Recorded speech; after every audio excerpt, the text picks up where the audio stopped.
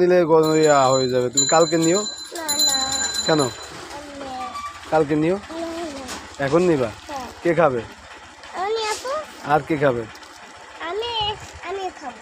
কিভাবে খাবা? ওরকম করে খায়? ওটা খোসা ফালাইতে হবে না তো?